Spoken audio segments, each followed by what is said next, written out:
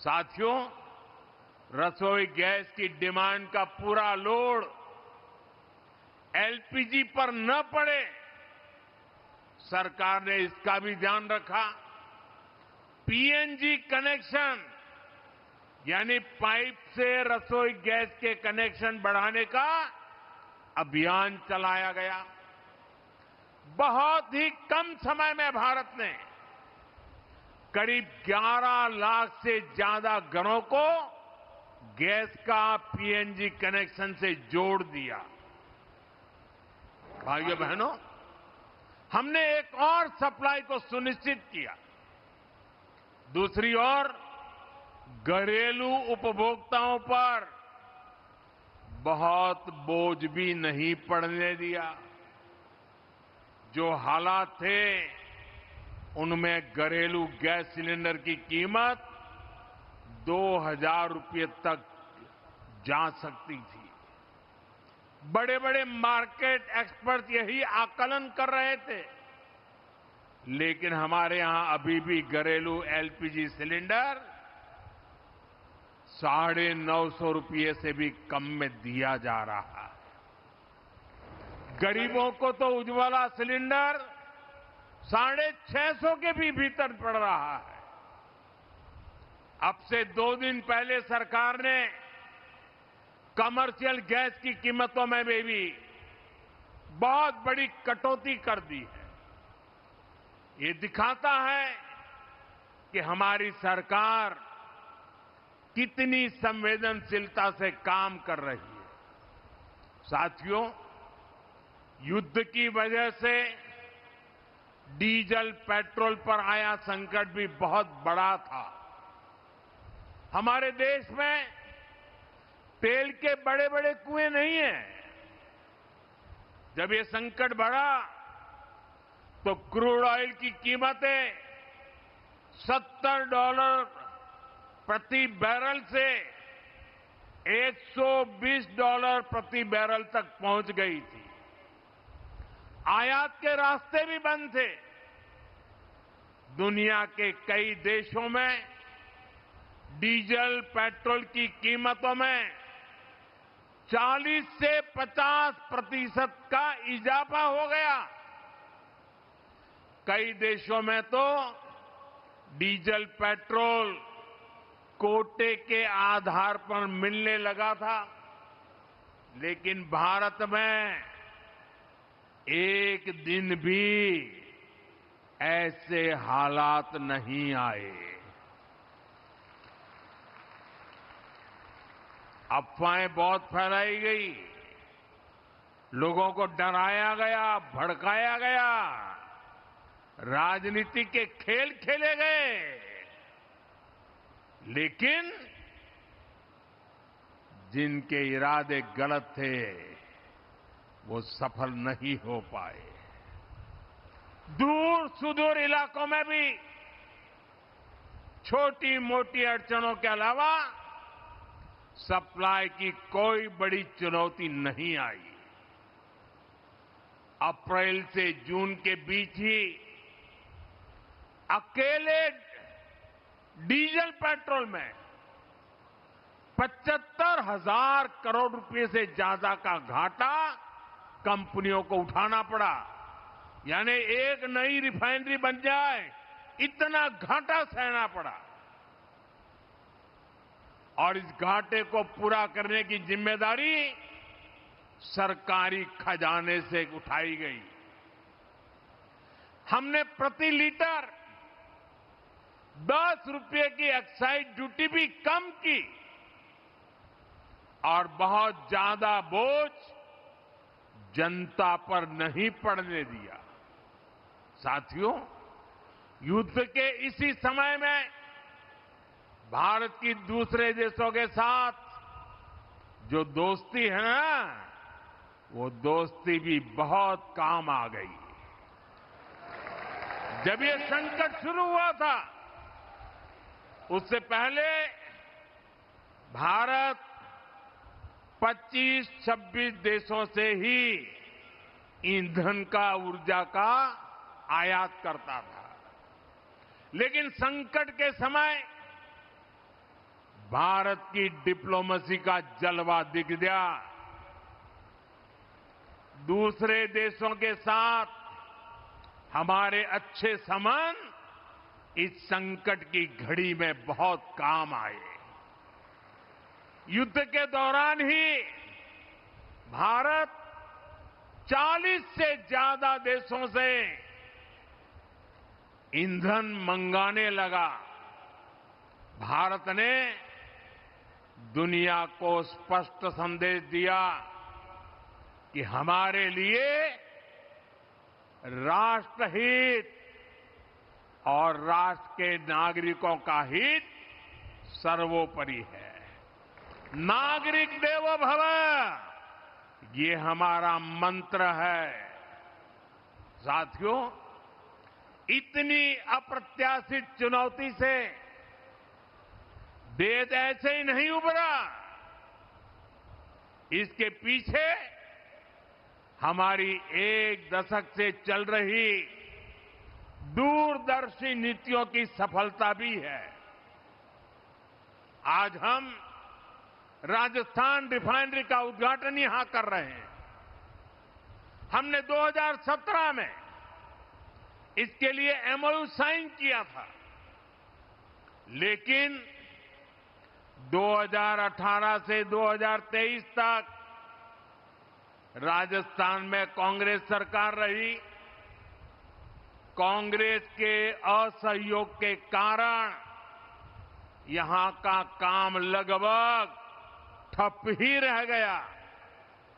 लेकिन जैसे ही double engine सरकार आई, इसका काम तेजी से आगे बढ़ा और आज हम इसका लोकार्पण भी कर रहे हैं। और आप तो जानते हैं मेरी कार्यशैली, जिसका शिलान्यास हम करते हैं उसका लोकार्पण भी हम ही करते हैं।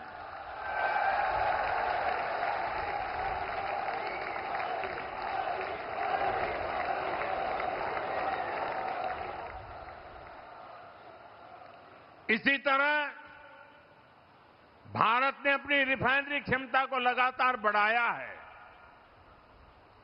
अमेरिका में पिछले 50 वर्षों में एक भी नई रिफाइनरी नहीं बनी है। यूरोप की रिफाइनरी क्षमता लगातार कम होती गई है। वहीं भारत आज विश्व की चौथी सबसे बड़ी रिफाइनरी क्षमता वाला देश बन चुका है। और हम यहां रुकने वाले नहीं हैं। आने वाले वर्षों में ये क्षमता और भी बढ़ने वाली है। इन्हीं प्रयासों के कारण भारत सदी के सबसे बड़े ऊर्जा संकट से लड़कर उबरा है। साथियों, दुनिया में युद्ध और अशांति से हमारे किसानों के लिए भी चुनौतियां पैदा होती है। अभी वेस्ट एशिया क्राइसिस, खाड़ी के देशों का संकट और इसके पहले यूक्रेन युद्ध के कारण दुनिया में खाद का बड़ा संकट भी पैदा हुआ। फर्टिलाइजर के लिए समस्या पैदा हो गई। यूक्रेन युद्ध के बाद एक समय एक यूरिया की बोरी की कीमत 3,000 रुपये से भी ऊपर पहुंच गई थी।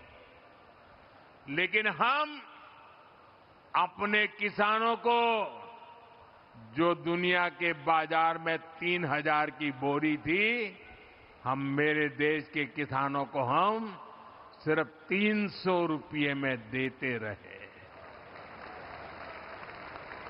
और इसके लिए खजाने से लाखों करोड़ रुपए खर्च करने पड़े। सब्सिडी दी गई। आपूर्ति के लिए जो सप्लाई चेन प्रभावित हुई थी, भारत ने उसके लिए भी समाधान निकाले।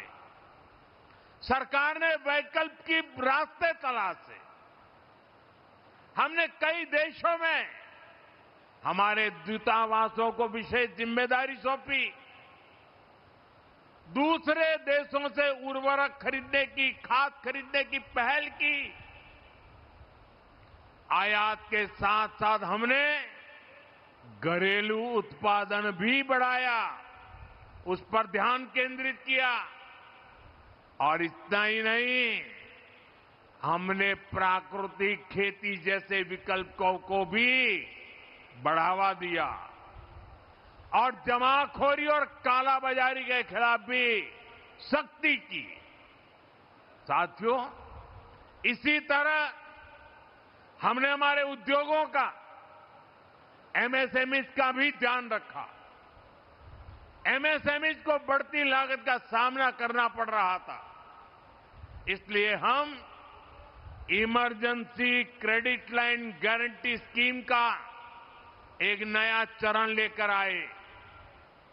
इस स्कीम के तहत बैंकों ने एमएसएमई को 20% तक का अतिरिक्त लोन दिया और सरकार ने एमएसएमई के इन सभी लोन के लिए 100% गारंटी, और ये मोदी की गारंटी है,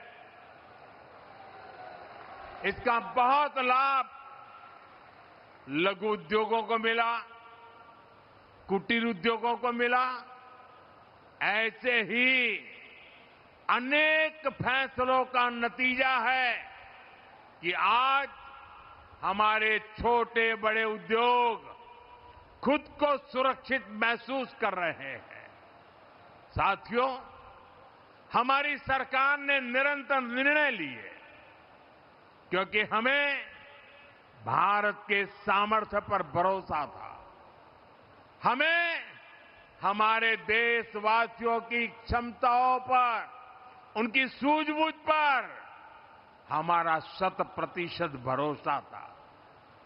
और आज मैं 140 करोड़ देशवासियों का आभार प्रकट करता हूं।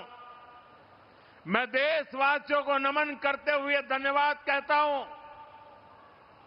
जिस तरह वो इस मुश्किल समय में देश के साथ मजबूती से खड़े रहे, जिस तरह देशवासियों ने अफवाह, डर और भ्रम फैलाने वालों का सामना किया, देश में अस्थिरता फैलाने की साजिशों को नाकाम किया, देश उसी विश्वास के भरोसे आगे बढ़ पाया है।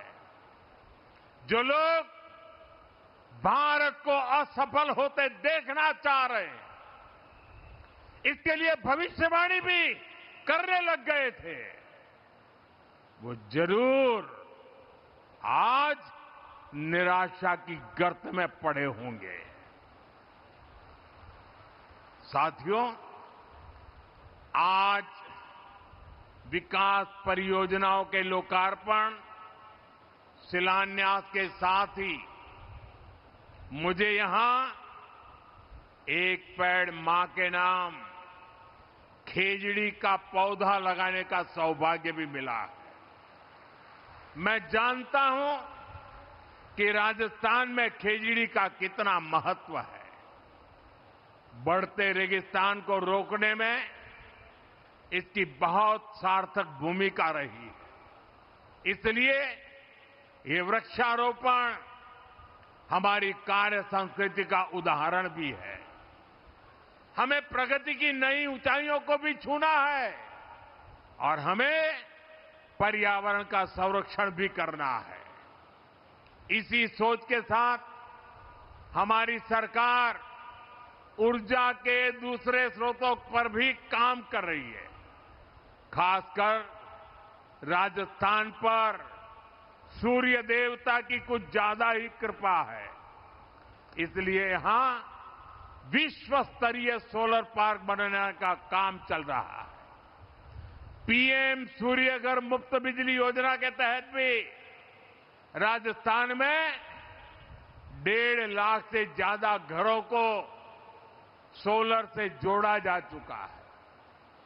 पीएम कुसुम योजना के तहत भी राजस्थान में किसानों को 65,000 से ज्यादा सोलर पंप भी दिए गए हैं।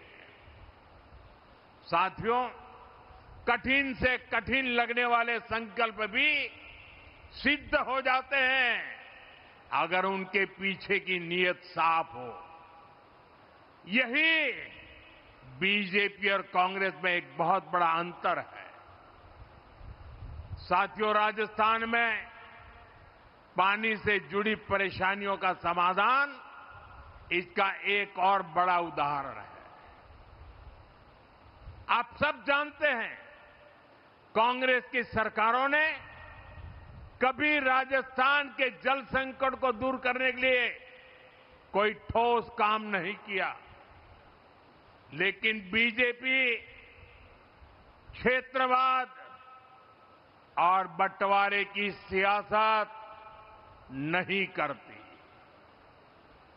बीजेपी राष्ट्र प्रथम की भावना पर चलती है। हमने जब गुजरात में पानी पहुंचाने की योजनाओं पर काम किया था और राजस्थान को पानी देने की बात आई थी,